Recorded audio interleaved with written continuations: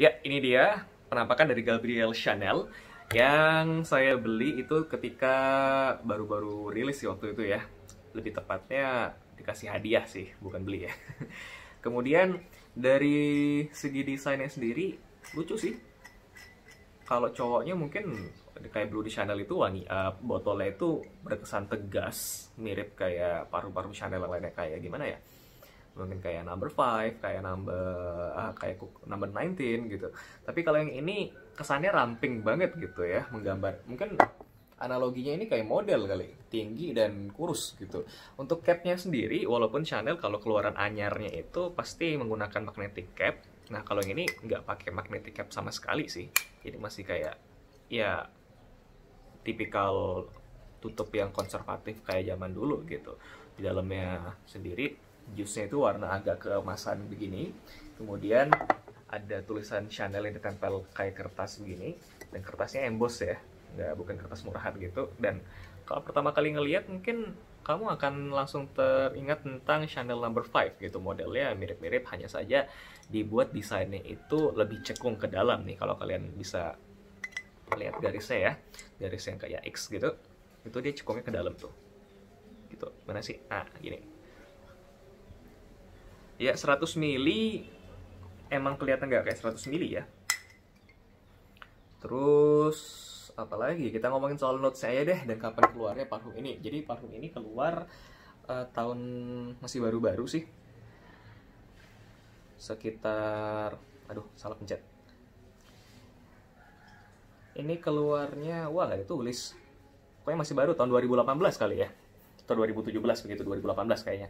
Dan parfum ini sendiri punya notes sendiri. Di top notesnya itu ada mandarin, grapefruit, blackcurrant. Kemudian di heart notesnya atau di base note-nya, setelah beberapa jam kita spray, itu muncul wangi tabrus, bunga sedap malam, ada wangi kenanga, ada wangi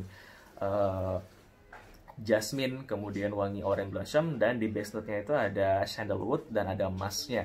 Nah, apakah parfum ini enak baunya? Ya bagi saya sih enak, karena dari segi harga sendiri udah agak nggak ketulungan sih, mahal ya, lumayan gitu untuk wangi yang cuma kayak begini gitu.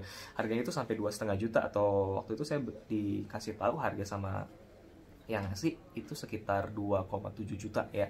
Agak kurang relevan dengan wangi yang menurut saya biasa aja di harga segitu, malah overpriced banget. Tapi ketika kita menggunakan tanpa memandang harga, itu memang people pleaser banget. Jadi parfum dari Gabrielle ini nyenengin banyak orang sih ya, karena wanginya itu lembut, ultra feminim, calming. Kemudian nggak yang kayak number 5 yang sekali semprotnya udah boom di mana-mana wanginya itu langsung menyebar gitu. Ini enggak, dia kayak bau apa ya, clean aja, bersih gitu, kayak bau pengharum white floral gitu ya. Terus parfum apa yang mirip sama ini kalau dibandingkan sih, menurut saya Christian Dior J'adore yang EDT ya, atau EDP itu mirip.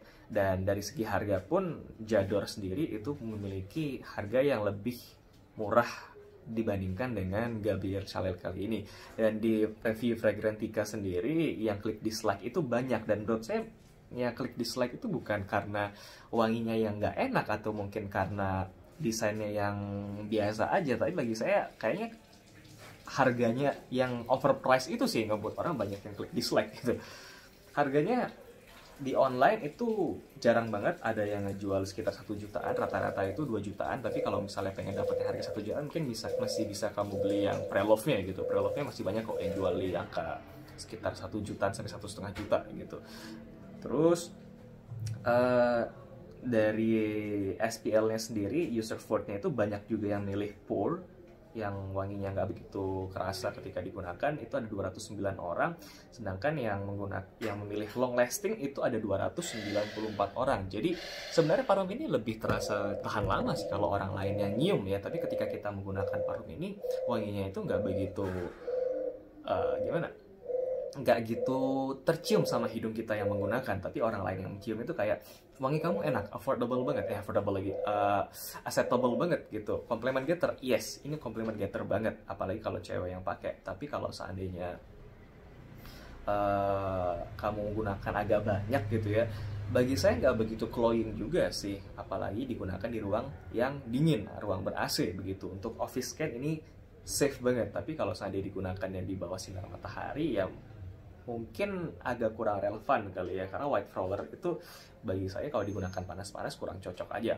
Nah, white flower-nya itu kalau dari opini, tadi kan saya ngomongin notes-nya itu dari opininya Fragrantica ya, tapi kalau dari opini pribadi saya, wanginya ini terdiri dari bunga-bunga putih tercampur dengan sedikit aroma kenanga, kemudian dicampur sama wangi bunga sedap malam atau tuberose itu, kemudian ada wangi honey, ada wangi dari bunga melatinya juga begitu ya.